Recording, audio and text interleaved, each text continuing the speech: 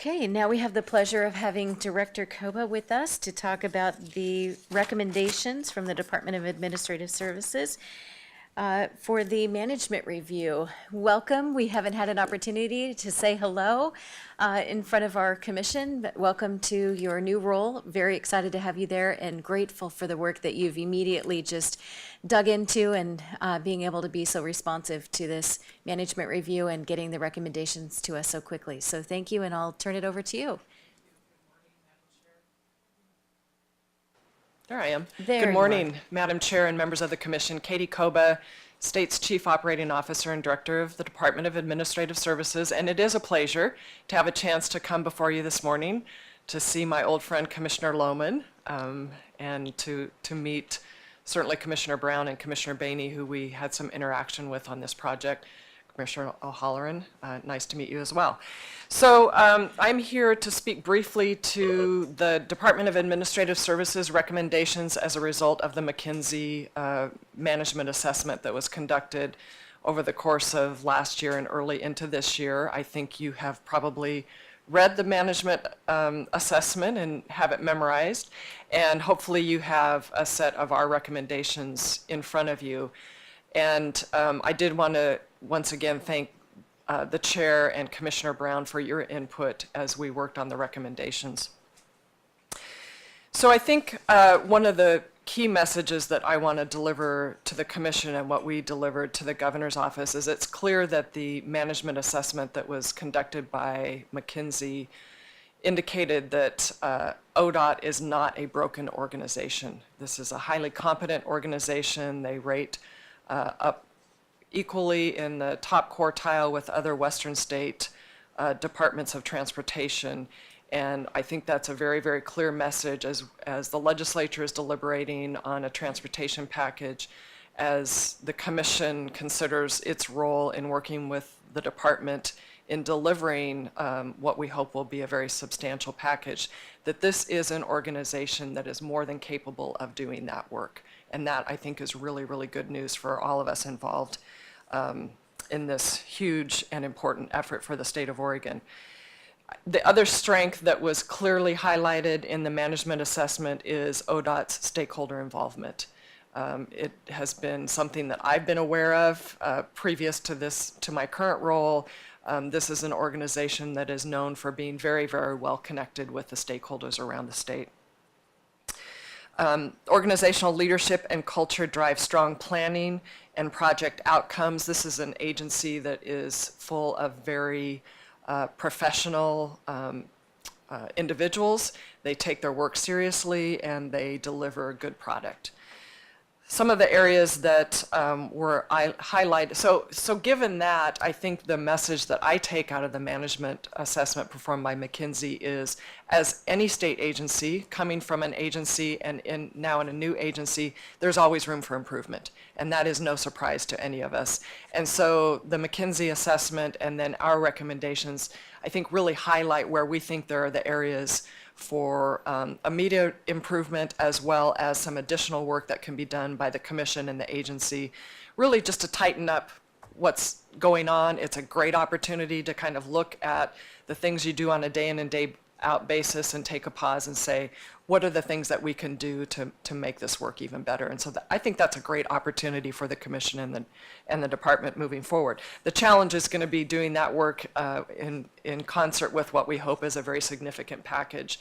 And I think the department will be pressed to move those projects out on the street. But I know that we in state government are standing ready to do everything we can to support the department and the commission in that effort.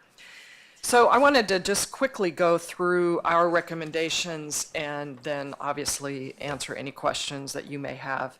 The first recommendation, and this really is what I would indicate a priority area, and I think it's no surprise to any of you, and that is the governance structure between the governor's office, the legislature, the commission, and the department is not clear. And that causes confusion, it causes frustration, and this is an opportunity to really sit back and take a look at how to provide that clarity. And I appreciate, again, the input from both the chair and Commissioner Brown in talking about the important role that the commission has in doing this work. That was an oversight in the draft. You are absolutely correct, and hopefully we captured that in these recommendations. This is going to need to be a very strong collaborative effort between the Commission and the Department. The Governor's Office is taking the lead on moving forward with the first recommendation, and I know there's been some preliminary conversations with the department, but this is an area where the next steps are really up to the Governor's Office and pulling together kind of that right body to sit down and really look at what some of those other high-performing states, how that relationship between their commissions and their agency is structured in statute and how it actually works on the ground, and frankly steal some good ideas and see where we can make improvements here in Oregon. So that's recommendation number one, and I guess I would pause here to see if you want me to pause for questions after each recommendation, or if you'd like me just to go through the whole set and take questions at the end. I would suggest we go through, but okay. Okay. Wonderful, thank you. Recommendation 2, which really focuses on how the agency can tighten up some of their day-to-day work and their management structure. What clearly came out of the McKinsey assessment is this is an organization that works well together. There is very much a culture of family and a supportive work environment, but sometimes you have to have a little bit more structure about how management vision and priorities then filter down throughout the organization. And so this is an opportunity for the agency and the Commission to think about a strategic business plan, and then what are those key metrics coming out of that plan that you want to drive through the organization, and use it as an opportunity to make a good organization even better. The third, and so this recommendation number 2 is owned by you all, by the Commission and the Department, in terms of how you want to move forward. There's been a lot of discussion, and some of these recommendations you will see highlight the option for, again, contracting with outside expertise.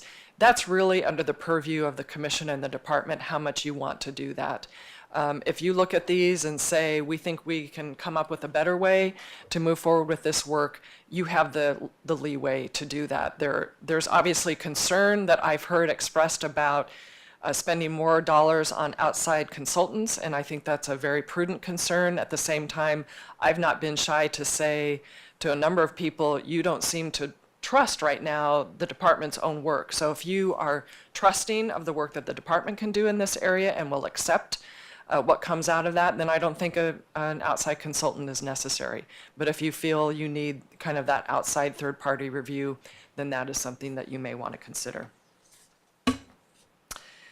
The third recommendation relates to the procurement piece and the contracting piece that the department undertakes. And this is a recommendation that DAS will be taking the lead on. So we'll be convening a group of procurement professionals from throughout state government and working closely with the Department of Justice, who has a very important role in the whole procurement and contracting piece, bring in private sector expertise as necessary, and then work with the agency on that whole procurement process. And I can tell you this is an area that is not an issue that is solely happening within the Department of Transportation.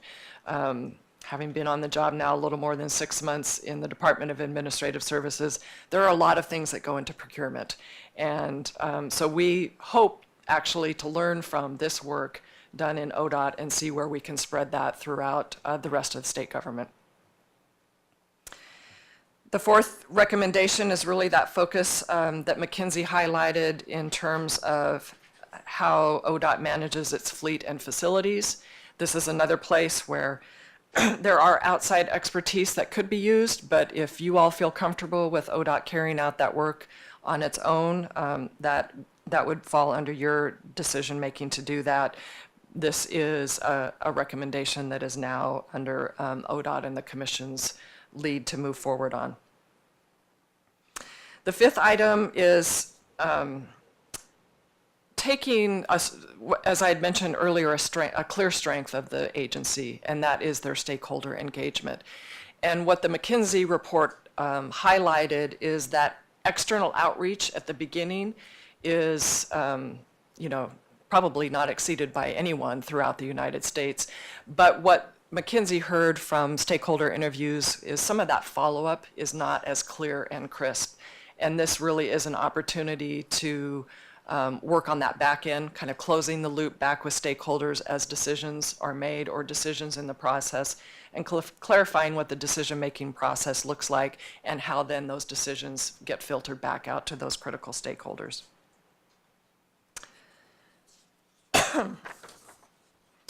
Recommendation number 6 deals with key performance measures. And key performance measures are, again, something that all agencies have. These are KPMs for short, what are driven by the legislative process. So anytime an agency wants to make a change in their key performance measure, they have to take that to the legislature, and the legislature has to approve that change. And there are a set of standard customer service performance measures that are used for all state agencies under key performance measures. I would agree with McKinsey's assessment that agency key performance measures do not always clearly line up with priority programs and priority metrics. It's a challenge for all of us. But the goal here is once the commission and the agency has gone through their strategic plan and identified clear metrics moving forward, to then look at the key performance measures and see if there are some changes in those measures that better reflect and line up with that strategic business plan and make sense in terms of a legislative perspective. I can warn you that the legislature isn't very excited about changing key performance measures. They like to see that trend of information over time. So it's not always, this is what we think you should do, and it's automatically adopted, but that's a process that the agency will have to work through with the legislature. Item number 7 is a follow-up to a recent Secretary of State audit on the federal component, federal funding for the State Highway Fund, which came out, frankly, with glowing remarks. It's an audit that had no material weaknesses whatsoever, which is also unusual in state agencies. So that was a very positive audit for the agency and for the commission. But again, it focused solely on federal highway funds. So this could be an opportunity for the Secretary of State to do a similar audit on the state funding piece. And some of these issues were clearly identified early on as the scope of the McKinsey assessment was laid out. There could be additional work here that the commission and the agency may want to do in terms of clarifying fund management within the agency, but we'll leave that to the purview of the commission and the agency to determine next steps forward on that. And then finally, a review back to all of this work. We included in the recommendations the timetable with all of the due dates, and come spring of 2020, it probably makes sense to go back and look at all the work that's been done and the recommendations coming out of that work, and making sure those are on track and moving forward. So there's a lot to do. There's a lot in this body of work, and keep our fingers crossed that we have a transportation package that will add to that list of work. But again, I think the agency is in great shape to do this effort, and it's an opportunity to really take a step back and say, where are those places that we can clean things up just a little bit and make it even better. So with that, I'm happy to answer any questions. Well, I think we embarked on this journey with the thought of knowing that continuous improvement is something that we should all be looking at and striving to make sure that we are challenging ourselves and not being complacent in any way. There are always new innovative ways of doing business, and we can always learn and glean from other work that's being done in other Department of Transportations across the state. I do know they look at us as well, so it's goes both directions, but I am quite proud of the work. And I think what was highlighted here, no big shocking surprises. One of the questions I'll get to my members, but also from your agency, what can we look for in terms of support as we go forward? So just as a bookmark very quickly, and then I'll turn it to my colleagues here if we have questions or thoughts, please. Thank you, Madam Chair. So certainly, as I mentioned, we're here and ready to support any way we can. DAS is taking the lead on recommendation 4, which is the procurement piece. We do have additional expertise in fleet and facilities. If that's something that the agency wants to call on us for, we're ready and able to do that. I think the other hat that I wear, which is the Chief Operating Officer, is really the looking at the enterprise of state government. And so when I say looking at the work that will be done within ODOT and then seeing where we can apply that throughout the enterprise of state government to improve all of the work that we do in state government, that's a really important part of my job. And there are a number of state agency directors that sit on a leadership team, the enterprise leadership team. Director Garrett is one of those, and we meet every other week and talk about those issues that really touch on the enterprise of state government. And a lot of things in these recommendations are very pertinent beyond just the Department of Transportation. So from my standpoint, it's how can we take these lessons learned and use them to benefit all of state government, not just the Department of Transportation. Thank you. Commissioner O'Halloran?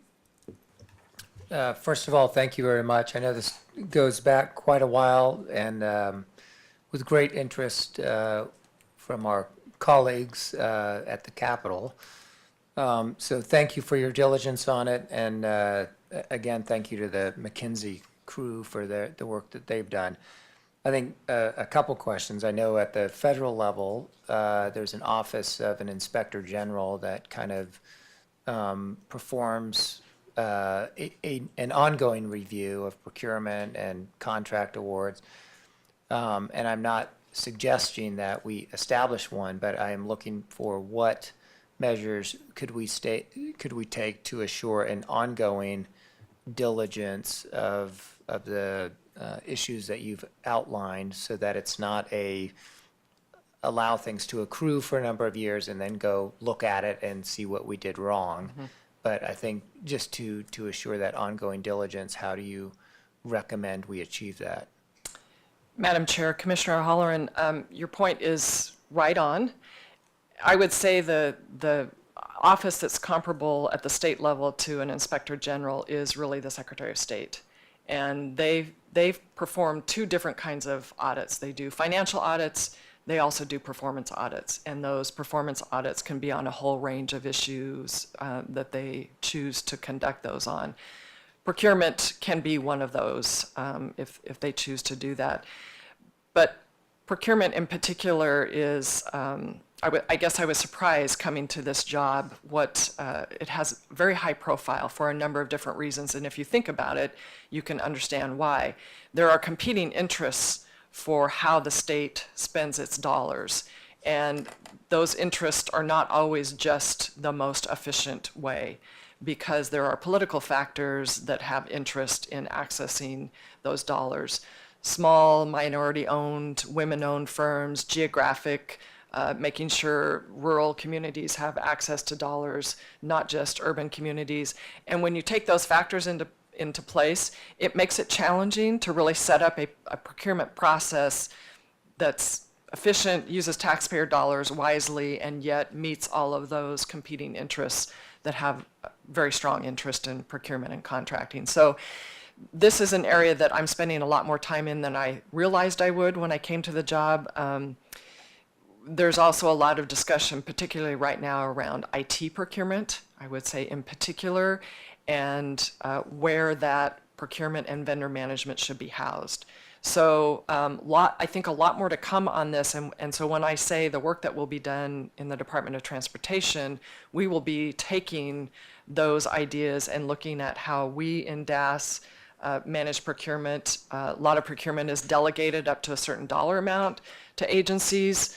Some have concerns about that, some feel it should be more. So there's a whole host of factors that go into how can you make sure you're doing the best job in terms of procurement and vendor management, and yet meeting all of those different political interests. Thank you. Just one other question is, as you've gone through the recommendations, obviously the commission has a statutory obligation to exercise oversight over the department. And are there specific actions or things that the commission should change as a result of this management review to improve our oversight obligation of the department? Madam Chair, Commissioner Holleran, we really see that captured in the work that needs to come under recommendation number 1, and that is pulling together current commission members, former commission members, the governor's office, legislators, and really talk about what should change, and from my perspective, if it should change. So there's been some discussion about, I've heard Utah as an example with a very strong governance model, and yet when we go back and review their statutes, they're somewhat similar to ours in the state of Oregon. And so I think the question becomes, is a statutory change needed? And if so, what does that look like? Or if not, there seems to be confusion about day in and day out, what is the role of the commission, what is the role of the department, and having some kind of mechanism to just clarify that, I think would be very helpful for all involved. I think you probably share that frustration. I think former commissioners do. I think the legislature does. I'm sure the department is fine with everything that's going on, but I do know that there's nothing better than clarity. Who is responsible for what, and making sure that clarity exists, which may or may not need statutory change. Thank you. I have no further questions. I appreciate it. Just a couple of comments. It does appear, and I think you've noted it in your summary, that item 2 and item 6 are very closely related. They're both dealing with performance measures. One is the legislature's performance measures, of course, but it does seem like the work on that probably comes out of the work on item number 2. Exactly. I'm curious if, I should have asked you this ahead of time, Matt, but surely we've had a Secretary of State's audit on the state funding in the past. Do you know when the last one was? Don't know specifically when the past was done. We've had several. I think the issue is they've been somewhat surgical, as Ms. Coba indicated. The latest one spoke to a significant amount of money, almost $500 million, Right. but specific to the federal. I think it is the discipline around the use of state highway trust money. Are we following the parameters and the protocols? Are contracting methodologies aligned with that? So I think what has been lacking is that comprehensive type approach, looking at the way we do business in the highway portfolio, both on the construction and maintenance side. We've done things in a more surgical sense. So, Okay. and that might be just a capacity type issue. I mean, you just have so many horses that can pull a wagon here, and that's why you parse things out like that. And finally, just on the subject of procurement, I certainly agree that that's a sticky subject and very challenging. And I'm hoping that the work that comes out of that informs not only other departments in the state, but also local jurisdictions. In my role with the city of Ashland, I promised, I think it was 4 years ago, that I would undertake a process improvement project to help us get clear on our procurement process and make it understandable for everybody and more easy to use. And I am still working on that. It's a massive job. So I will be surprised if we're able to deliver by March 1st, 2018, but I hope so.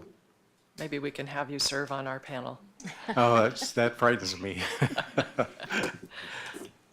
Anyway, thank you for your excellent summary here. Welcome. Commissioner Brown? I just want to say thanks. I think it's important to look at this process holistically. I think what McKinsey has done and then the review independent of us is great to hear from DAS. I think there are going to be lots of process improvements internally with us. I think they will build on each other. Simplicity for me, I've been in large contracting and procurement agencies where you can confuse it by adding more and more narrowly focused items, that sometimes doesn't help. But I think it's very important that the state in general do this for all of Oregon. And then also to make sure that we're spending federal funds correctly. And I'm sure we are. I think that's just an area of improvement regardless of where you work, whether it's state or contractors. I think we can all improve that. But I appreciate the opportunity to weigh in early. I look forward to clarifying roles. I think to me, as a new member, that's probably the biggest concern I have. And I think for all of us, we don't want to step on each other's toes. There's enough rough spots. We don't need to create them. So the more clarity we can provide and working together and enhancing what we give to the agency, what the agency gives to Oregon, I think that's important. So thank you very much. Great. I would say that we've been eager for this, so we look forward to working alongside you, and this will help us to clarify our own goals and objectives that we want to meet as well, set priorities, clear vision, and that alignment. So it's a good foundation for us to move from as well, and I appreciate the details that you've been able to add. I don't know that there's anything further. Director Garrett, do you have anything that you, okay? You're welcome to. Please. What I think is, what is a great opportunity, and the term has been used several different, or terms, plural, ambiguity and clarity. As we remove ambiguity from the roles and responsibilities, that's going to demand we each engage. And as you start to identify the direction we head, I think it's important for everybody to put exactly on the table what they believe the roles and the responsibility, the obligations are. Because I would submit right now that just looking at this panel right now, we probably have 5 different pathways that we could chart. And that's okay as long, and I think what this process allows us to do is to refine down, to remove where there may be ambiguity or maybe a difference of definition to that point of clarity, which will help at the highest levels of the agency and through the agency, because I think when all is said and done, the discipline that would come from the governance conversation really floats down into the business plan and that strategic approach and a more refined and focused set of initiatives, easier to communicate within the agency, easier to understand by the professionals who make up the Oregon Department of Transportation. So in the 7 recommendations, if you look very closely, there is a nexus between each and every one of them to bring that clarity, to bring that refinement. So we look forward to engaging this conversation. We understand the pace is significant, but I certainly believe the Oregon Department of Transportation and the men and women who embody that have the capacity to take this on, and again, bring clarity where there's ambiguity. I think you're correct, that discipline, and we have all the tools.